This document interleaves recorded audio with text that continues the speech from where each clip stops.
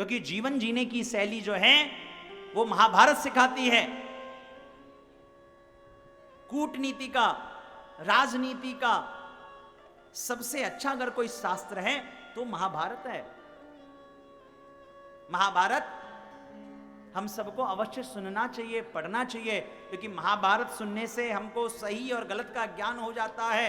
अगर कोई व्यक्ति पैसे के लोभ में खूब आगे बढ़ रहा हो, सिर्फ हाय पैसा कर रहा हो, गरीबों को सता रहा हो, असहायों को तड़पा रहा हो, अपनों को परेशान कर रहा हो, अगर वो एक बार महाभारत पढ़ ले तो उसको ज्ञान हो जाएगा कि भैया वास्तविकता क्या है, सत्यता क्या है, अंत में क्या साथ देने वाला है। सज्जनों, एक बार की बात, हम दिल्ली में एक कॉलेज के एक फंक्शन में गए। वहां एक यूथ ने, यंगस्टर ने हमसे सवाल किया अपनी भाषा में। बोले महाराज जी, आप बहुत महाभारत की चर्चा करते हो, रामकथा की बात करते हो, भागवत जी की बात करते हो, मुझे आप ये बताइए what is the difference between Ramayan and Mahabharat. आजकल बड़ी राम चर्चा हो रही है, राम राज्य, राम कथा, राम चर्चा हर जगह हो रही है। क्या अंतर है रामायण और महाभारत में? क्योंकि ये सवाल एक युवा व्यक्ति का था, यूथ का था। पहले हमने एक मिनट चिंतन किया। हमने कहा महाभारत में 1 लाख श्लोक हैं, अब 1 लाख श्लोकों का सार इसको हम 1 मिनट में कैसे समझाएं? ये तो बड़ा मुश्किल है, 1 मिनट में 1 लाख श्लोकों का सार समझाना। और रामायण तो अपने आप में अद्भुत है, राम राज्य की हर और चर्चा है, कैसे समझाया जाए? फिर हमने कहा ऐसा है, बहुत बड़ा अंतर नहीं है रामायण और महाभारत में, बहुत छोटा सा मामूली सा अंतर है। आप इस बात को गौर से सुनिएगा, समझिएगा और प्रयास करिएगा, जानिएगा क्या आपके घर में रामायण है या महाभारत है। रामायण का मतलब क्या है? राम राज्य का मतलब क्या है? बोले राम राज्य का मतलब होता है सीधा सीधा जहां बड़ा भाई छोटे भाई के लिए त्याग करे। जिस परिवार में, जिस समाज में, जिस राष्ट्र में बड़ा भाई छोटे भाई के लिए त्याग करता हो, जैसे राम ने भरत जी के लिए गद्दी का त्याग कर दिया, 14 वर्ष के लिए वनवास चले गए और भरत जी ने श्री राम जी के इंतजार में 14 वर्ष नंदीग्राम में बिता दिए। यानी जिस परिवार में, जिस समाज में भाई भाई के लिए त्याग कर रहा हो, देवरानी जेठानी के लिए त्याग करे, जेठानी देवरानी के लिए त्याग करे, ननद भाभी के लिए त्याग करे, भाभी ननद के लिए त्याग करे, चाचा ताऊ के लिए हम त्याग करें, यानी जिस परिवार में, जिस समाज में, जिस सोसाइटी में त्याग की फीलिंग हो, त्याग की भावना हो, एक दूसरे को आगे बढ़ाने की भावना हो, वहां तो सज्जनों रामायण है, वहां तो राम राज्य है। और जिस परिवार में, जिस समाज में जहां भाई छोटे भाई का हक लेना चाहे, लेना नहीं अपितु हड़पना चाहे, वहां महाभारत है। ये अंतर है रामायण और महाभारत में। आप राम कथा और महाभारत पढ़ लो, कोई बहुत लाभ नहीं है, लेकिन आप इतना सा नहीं समझ पाए कि क्या आप जीवन में किसी का हक हड़प रहे हो, किसी का अधिकार छीन रहे हो। अगर आप ऐसा कर रहे हो तो सज्जनों आपके घर में महाभारत है। और महाभारत में हुआ क्या? दुर्योधन ने पांडवों का ही तो हक छीना ना जी। लेकिन महाभारत से 2 प्रसंग हमको सीखना चाहिए। महाभारत की चर्चा है, 2 भाव हमको सीखना चाहिए। क्या? जीवन में अगर कितना ही दुख क्यों ना आ जाए, कितना ही कष्ट क्यों ना आ जाए, कितना ही संकट क्यों ना आ जाए, अगर चयन करना हो तो केवल और केवल कृष्ण का चयन करिए। अगर दुनिया का आपने चयन किया, दुनिया में लाखों करोड़ों लोग क्यों ना होंगे आपके पास, फिर भी आप पराजित होंगे। आपके फोन में हजारों नंबर होंगे, आपके सोशल मीडिया पे, फेसबुक पे लोगों के 5000 फ्रेंड होते हैं, उससे ज़्यादा तो होते ही नहीं है। इंस्टाग्राम पे हजारों फॉलोअर हो जाते हैं। लेकिन जब जीवन में कोई विपत्ति आती है, कोई कष्ट आता है सज्जनों, उस समय केवल और केवल केवल और केवल भगवान ही याद आते हैं। उस समय आपका कोई फैन, आपका कोई फ्रेंड, आपका कोई मेंबर आपको हेल्प नहीं कर पाता और ना आप ले पाते हो। इसलिए कभी अगर कष्ट आए, विपत्ति आए, तो केवल कृष्ण का चयन करिए, केवल भगवान का चयन करिए। अर्जुन ने तो भगवान कृष्ण का ही चयन किया ना, और भगवान भी निहत्ते थे।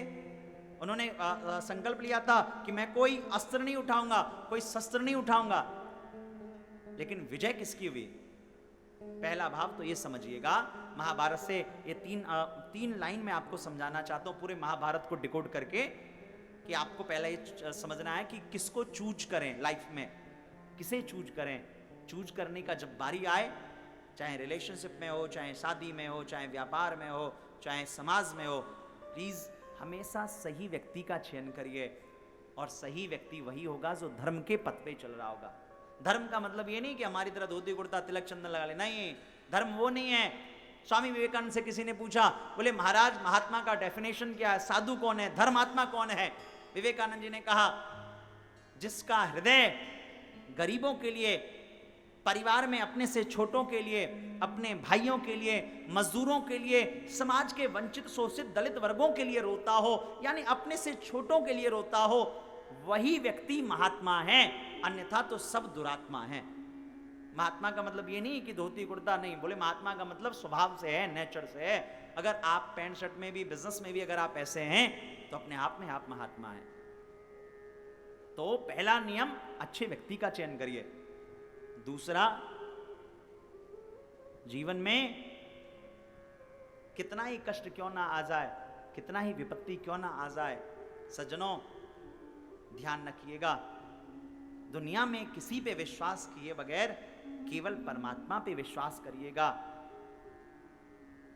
और जीवन कालखंड में जब कभी आपके अपने लोग, आपके रिश्तेदार, नातेदार, समाज के लोग, पड़ोसी आपके खिलाफ चले जाएं, आपसे दुश्मनी रखने लगें, भेदभाव करने लगें, विपक्ष में चले जाएं, तब भी बहुत परेशान मत होइएगा। क्यों? क्योंकि महाभारत ने हमें सिखाया कि दुनिया कितना ही विपक्ष क्यों ना चला जाए, लेकिन अगर आपके पक्ष में कृष्ण हैं तो क्या होगा? बोले यत्र यत्र योगेश्वरा कृष्णो यत्र पार्थो धनुर्धर तत्र श्री विजयोर भूतिर ध्रुवानी तिरमतिर्मम। यानी भगवत गीता का श्लोक है विश्राम का, बोले यत्र योगेश्वरः कृष्णो यत्र पार्थो धनुर्धर।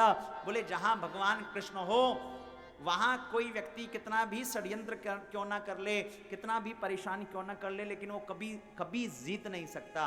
क्यों? क्योंकि आपके पक्ष में भगवान कृष्ण रहते हैं। इसलिए कभी कभी होता है, हम लोग भी बहुत तनाव में आ जाते हैं, अरे हमारे खिलाफ बड़ी कॉन्स्पिरेंसी चल रही है, बड़ा षड्यंत्र चल रहा है, बहुत सारी लंबी लंबी प्लानिंग चल रही है। और साहब सुनो, प्लानिंग तो उसी के लिए चलती है जब आदमी जब बराबरी नहीं कर पाता ना, तो उसके खिलाफ षड्यंत्र करता है। इसलिए कभी कभी कष्ट आना जीवन में बहुत जरूरी है। कष्ट आए तो बहुत टेंशन नहीं लेना चाहिए। क्यों? भगवान का भी एक नियम है। ठाकुर जी कहते हैं जिसको दुनिया ठुकराती है उसको मैं अपनाता हूं। बोले ठाकुर का कौन होगा? बोले जिसको दुनिया, जिसको समाज, जिसको अपने लोग ठुकरा दें तभी तो ठाकुर का कहलाएगा। पांडवों को सबने ठुकरा दिया था कमजोर समझ के, लेकिन पांडवों के साथ कृष्ण खड़े थे, उनकी विजय हुई। और उसके अलावा तीसरी सबसे बड़ी बात कह रहा हूं जो आपको समझना है, समटाइम फैमिली में, परिवार में, समाज में हम लोग, परिवार समाज छोड़ो, दुनियादारी में भी हम लोग सही और गलत में, अगर गलत व्यक्ति का प्रभाव ज्यादा है, गलत व्यक्ति ज्यादा आर्थिक रूप से संपन्न है, समृद्ध है, गलत व्यक्ति जो है अगर वो ज्यादा जमींदार है और हमें पता चलता अरे इसने अपने भाई के साथ अन्याय किया, ये गलत है, आपको सबको पता होता है,